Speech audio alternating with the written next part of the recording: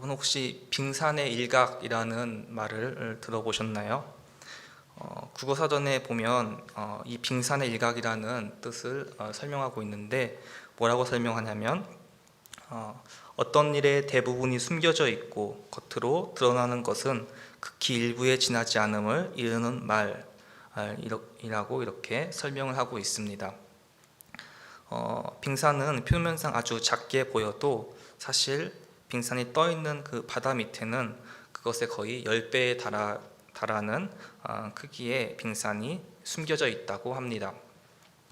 그래서 눈앞에 빙산이 작다고 대수롭지 않게 여겼다가는 정말 큰 코 다칠 수가 있는 것이죠. 역사상 최대 해상사고라고 불리는 그 타이타닉 침몰 사고는 바로 이 작은 빙산을 미리 확인하지 못해서 그 수면 밑에 있는 그 빙산에 배가 파손이 되는 그런 사고였습니다. 그렇기 때문에 우리는 어떤 문제를 볼 때 그 문제 이면에 있는 부분들을 볼 수 있어야 하고, 만약 표면적으로만 보여지는 것에만 관심을 기울인다면 우리는 아주 큰 손해를 볼 수도 있다는 것을 기억을 할 필요가 있습니다. 오늘 본문은 바로 그 욥기 1장의 말씀인데요. 욥하면 무엇이 가장 먼저 떠오르십니까? 바로 고난이지 않습니까? 욥은 자타가 공인하는 바로 고난의 대명사로 우리에게 알려져 있습니다. 욥은 욥기 전체 42장에 이르는 거의 전체 기간 동안 고난의 상황 가운데 놓여 있습니다. 그런데 욥의 고난은 이 고난의 기간 동안에 자신이 왜 고난을 받게 되었는지 알지 못합니다. 심지어 고난 이후에도 욥은 자신이 받은 그 고난의 이유에 대해서 알지 못했고, 그가 죽을 때까지도 그 이유를 알게 되었다는 내용은 성경에 나와 있지 않습니다. 오늘 본문은 욥의 고난이 어떻게 시작되게 되었는지를 우리에게 말씀해 주고 있습니다. 만약 욥이 오늘 본문의 상황을, 그런 본문의 상황들을 그 고난이 어떻게 시작이 되었고 그가 그것을 받은 이유와 정황들을 알았다면 한층 더 수월하게 고난을 이겨냈을 것입니다. 그뿐만 아니라 고난을 고난으로 여기지 않고 기쁘게 그것을 감당할 수 있었을 것입니다. 우리 모두도 이 세상을 살아가면서 크고 작은 고난을 겪으면서 살아갑니다. 그때 우리가 오늘 본문에서 나타나는 그 고난의 이면을 볼 수 있다면 우리는 그 고난의 기간을 훨씬 쉽게 지나갈 수 있을 뿐만 아니라 또한 기쁨으로 걸어갈 수 있을 것입니다. 욥이 알지 못했던 그의 고난의 정황은 세 가지 정도로 제가 나눠봤는데요. 오늘 본문에서 나오는 그 첫 번째는 고난의 시작이 바로 하나님으로부터 시작되었다는 사실입니다. 오늘 본문은 하늘에서 열리는 그 천상회의로 보여지는 그러한 상황 속에서 본문이 제시되고 있습니다. 왕이신 하나님께서 좌정하고 계시고 그 앞에 하나님의 아들들이라 불리는 존재들이 서 있습니다. 그런데 그 중에 불청객이 하나 등장하게 됩니다. 바로 사탄이죠. 여기서 사탄은 고유명사가 아니라 바로 사탄이라는 단어는 고유명사가 아니고 정관사가 붙어서 된 단어인데, 바로 고발자라는 뜻으로 우리가 해석을 할 수 있습니다. 그런데 어디서 왔느냐라고 하나님께서 물으시는 이 하나님의 물음에 이 고발자 사탄은 뭐라고 얘기하냐면 땅을 두루돌아 여기저기 다녀왔다고 대답을 하고 있습니다. 땅에서 살고 있는 모든 사람들을 고발하기 위해서 두루 다니며 찾고 있는 사탄의 모습을 우리가 연상을 할 수가 있습니다. 베드로전서 5장 8절 말씀에도 베드로 사도가 이렇게 말씀하고 있죠. 근신하라 깨어라, 너희 대적 마귀가 우는 사자같이 두루 다니며 삼킬 자를 찾나니. 그런데 이상하게도 이 우는 사자같이 삼킬 자를 찾는 사탄에게 하나님께서 먼저 욥을 제시하고 있습니다. 오히려 우리 생각대로라면 반대가 되어야 할 것 같은데 하나님께서 먼저 주도적으로 욥을 제시하고 있는 모습을 볼 수가 있습니다. 삼킬 자를 찾는 사탄으로부터 우리를 숨기고 보호해 주셔야 하는데 하나님께서는 마치 사자에게 먹이를 던져주듯이 욥을 언급하시고 급기야는 사탄에게 욥의 모든 것들을 칠 수 있는 권한을 주십니다. 하나님께서 사탄의 부추김에 넘어간 것이 아니라 바로 의도적으로 욥을 사탄에게 넘겨주신 것입니다. 여러분, 이것을 우리는 어떻게 해석해야 할까요? 하나님께서는 우리를 단지 보호하고 지킬 대상으로만 여기시지 않는다는 것입니다. 물론 교회에 처음 다니기 시작한 지 얼마 되지 않은 성도님들은 보호하시고 사랑하신 하나님을 경험해야 할 것입니다. 그러나 우리의 신앙은 거기에 머물러 있으면 안 됩니다. 하나님께서는 우리를 지키시고 보호하시지만 뿐만 아니라 우리와 함께 동역하기를 원하십니다. 여러분, 이것은 바로 인간만이 가질 수 있는 위대한 권리이고 놀라운 축복입니다. 어떻게 동물보다 조금 나은 존재인 것처럼 보이는 우리 인간을 바로 전 우주를 창조하시고 운행하시는 그 하나님과 동역하는 존재로 세우신다는 말입니까? 우주는 지금도 계속해서 팽창을 하고 있고 수억 개가 넘는 행성들 가운데 하나님께서는 지구를 만드셨고 이 지구 속 수억 개가 넘는 종들 가운데서 인간을 택하셔서 하나님의 사역에 동참하는 축복을 주셨습니다. 우리가 이것을 생각한다면, 하나님의 동역자라는 이 엄청난 명예를 생각한다면 우리가 겪는 고난은 너무나 작은 대가이지 않습니까? 사탄과의 영적 전투를 위시해서 하나님 나라를 세워가는데 하나님께서 우리를 불러주셨습니다. 고발자 사탄이 땅을 두루 다니면서 삼킬 자를 찾을 때 수많은 사람들이 사탄의 고발에 넘어갔다고 할지라도 하나님께서는 우리를 마지막 비장의 카드와 같이 사탄에게 우리를 내놓는 것입니다. 그러므로 우리는 고난을 당할 때 이것이 얼마나 명예롭고 영광스러운 일인지를 기억하고 당당하게 고난의 길을 걸어가는 자세가 필요할 것입니다. 두 번째로 욥이 알지 못했던 사실은 바로 자신이 의인이기 때문에 고난을 당했다는 사실입니다. 8절에 보면 하나님께서는 욥을 되게 굉장히 의로운 자로 인정하고 계십니다. 여호와께서 사탄에게 이르시되 내가 내 종 욥을 주의하여 보았느냐, 그와 같이 온전하고 정직하여 하나님을 경외하며 악에서 떠난 자가 세상에 없느니라. 하나님의 이 인정 앞에 사탄은 딱히 반박할 말을 찾지 못하고 다른 그의 행위가 아닌 그의 동기를 걸고 넘어집니다. 행위에서는 그의 흠을 찾지 못했기 때문이었죠. 욥은 바로 하나님께 의로운 자로 인정받았다는 바로 그 사실로 인해서 사탄의 공격을 받고 또 고난을 당하게 되었습니다. 이와 같이 우리 또한 세상에서 살다 보면 바로 의롭기 때문에 고난을 받게 되는 경우가 있는 것 같습니다. 예를 들면 많은 사람들이 아무렇지도 않게 거짓말을 할 때 우리는 거짓말을 하지 않아서 손해를 보는 경우가 종종 있을 것 같습니다. 아니면 술이나 성적인 문제에서 그들의 문화를 따르지 않는다고 불이익을 당하기도 합니다. 또 누군가를 진심으로 믿고 보살펴 주었는데 오히려 배신을 당할 때도 있습니다. 이와 같이 그리스도인들은 마치 안데르센 동화에 나오는 미운 오리 새끼의 처지와 같이 세상의 많은 사람들로부터 구별된 존재라고 또 다른 존재라고 많은 차별과 공격을 받는 것 같습니다. 그런데 우리가 기억해야 할 것은 바로 예수님도 죄가 없으셨기 때문에, 바로 그 죄가 없으셨다는 이유 때문에 고난을 받으시고 십자가에 달려 돌아가셨다는 것입니다.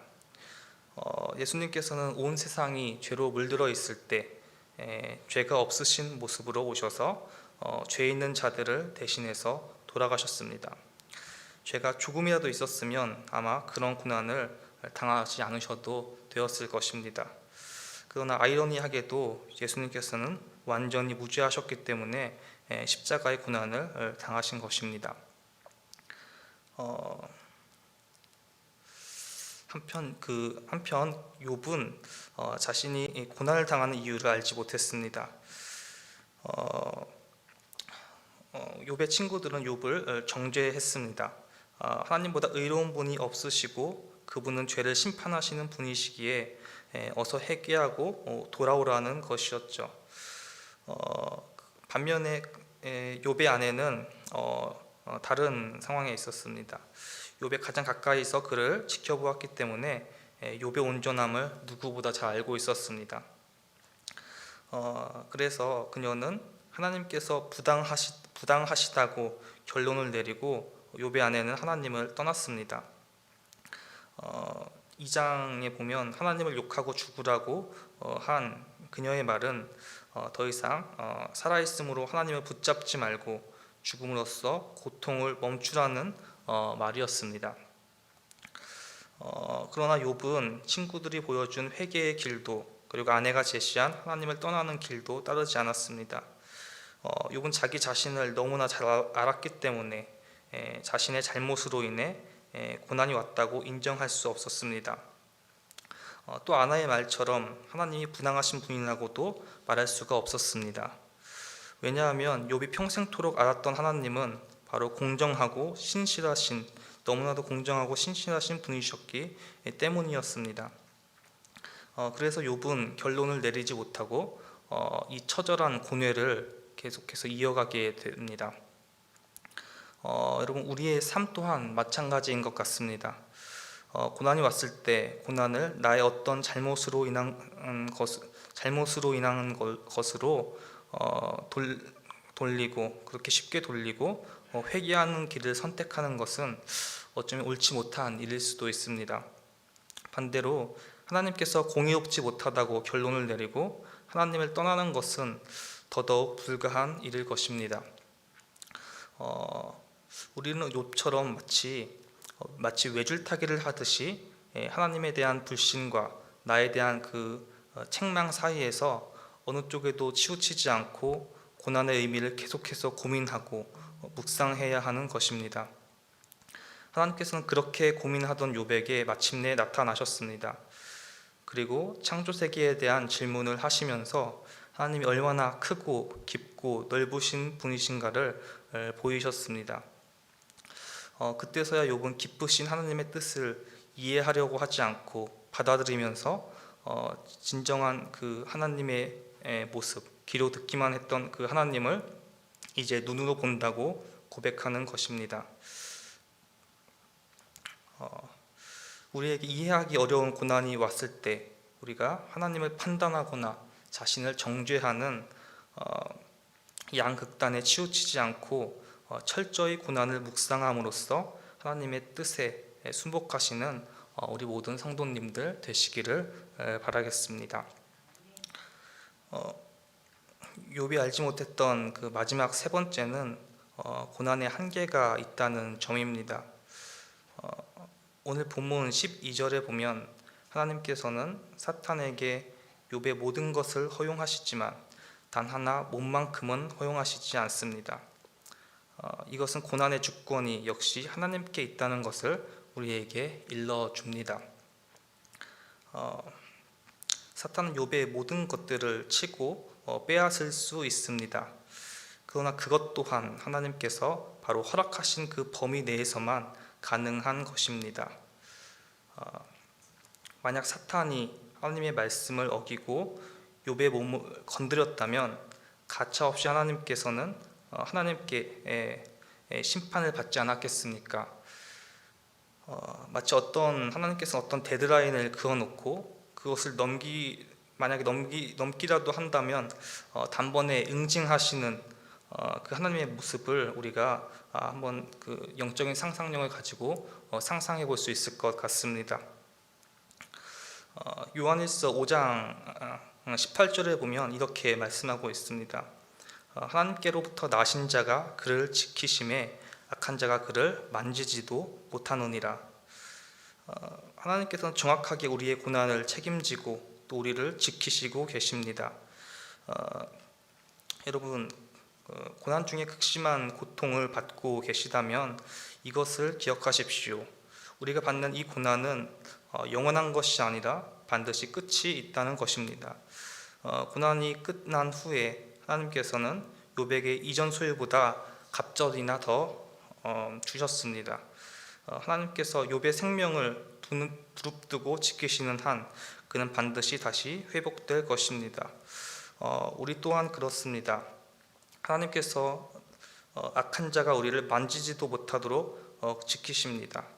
그렇게 해서 보존된 우리의 생명은 바로 회복의 씨앗이 될 것이고 또 조미나 동록이 해하지 못하는 하늘의 놀라운 상급으로 우리를 채워주실 것입니다.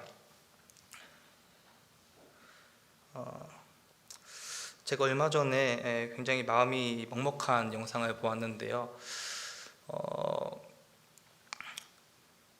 한 인기 유튜버가 스스로 목숨을 끊었는데 목숨을 끊기 전에 시청자들에게 마지막 인사를 했던 영상이었습니다. 이 영상 자체도 굉장히 충격적인데, 이 영상이 만들어졌다는 것 자체도 충격적인데 이 영상의 내용은 훨씬 더 충격적이었습니다. 그 영상을 보니까 그분의 눈은 너무나 슬퍼 보이는데 말투는 굉장히 차분하고 조곤조곤했습니다. 영상에서는 시청자에게 마지막 인사를 잘하기 위해서 30분 동안 영상을 찍고 또 찍고 계속해서 반복했다고 합니다. 심지어 외국인 시청자들을 위해서 미리 영어로 문장을 작성해서 읽어주기도 했습니다. 이제 곧 세상을 떠나려고 하는 사람이 이렇게 다른 사람을 배려한다는 그 사실이 저에게는 굉장히 충격적이었습니다.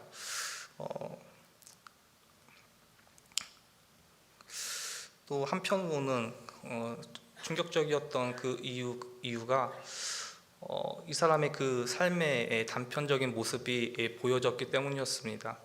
이 사람이 이렇게 차분하게 자신의 마지막 그 길을 준비했던 것은 수도 없이 수십 번, 수백 번 동안 그 자신의 죽음에 대해서 고민하고 정말 그 고민 끝에 끊으려 했다가 포기하고 수십 번, 수백 번 그 시도들을 한 후에 마지막 내렸던 그의 결단은 바로 그 죽음이었기 때문이었습니다. 그렇기 때문에 그는 이제 그렇게 차분하고 그 많은 고민과 공투를 통해서 그렇게 차분하게 자신의 마지막 갈 길을 정리를 했던 것입니다. 저는 그리스도인으로서 바로 이 모습을 보면서 굉장히 큰 책임감을 느꼈습니다. 누군가가 바로 저분에게 복음을 전했다면 그래서 그분이 자신의 고통을 피상적으로 바라보지 않고 하나님께서 그 고통을 주관하고 계시고 그렇기 때문에 고통의 끝이 있을 것이라는 것을 알았다면 그가 새로운 삶을 살 수 있었을 텐데 라고 생각을 했습니다. 그가 정말 그런 고난 속에서 정말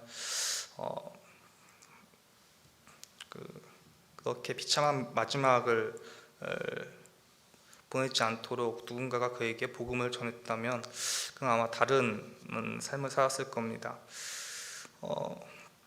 우리 또한 아마 그러한 삶을 살기를 원합니다. 우리가 우리의 고난 속에서도 우리의 고난의 이면을 바라보므로 우리의 고난을 이겨내고 또 당당하게 걸어가는 것을 넘어서 누군가 다른 사람에게 다른 사람의 힘든 고난을 생각하고 그 고난을 극복하게 만드는 그런 위로가 되는 삶을 사는 것이 필요하다고 저는 생각을 했습니다. 말씀을 정리하도록 하겠습니다. 우리가 살아가면서 크고 작은 많은 고난을 당하는 것 같습니다. 그 고난을 당할 때 중요한 것은 그 고난 이면에 있는 그 고난의 너머를 바라봐야 하는 것 같습니다. 하나님께서 그 고난을 주관하고 계시고 우리는 그 위대한 하나님의 동역자가 돼서 그 고난의 길을 걸어가고 있습니다. 또한 우리가 그 고난의 길을 걸어갈 때에 그것이 우리의 죄 때문이라고 성급하게 결론짓고 자신을 책망하지 않고 또 그것이 하나님의 어떠한 부당하신 때문이라고 성급하게 또 결론짓지 않고 그 어느 하나에도 치우치지 않고 균형 잡힌 모습으로 온전하게 걸어가는 것이 바로 그리스도인의 필요한 모습이라고 생각을 합니다. 그리고 이 모든 고난에는 끝이 있다는 것을 기억하고 그 고난의 끝에 또 하나님의 그 채워주신 놀라운 회복이 있다는 것을 기억하고 걸어가시는 우리 모든 성도님들 되시기를 기도드립니다.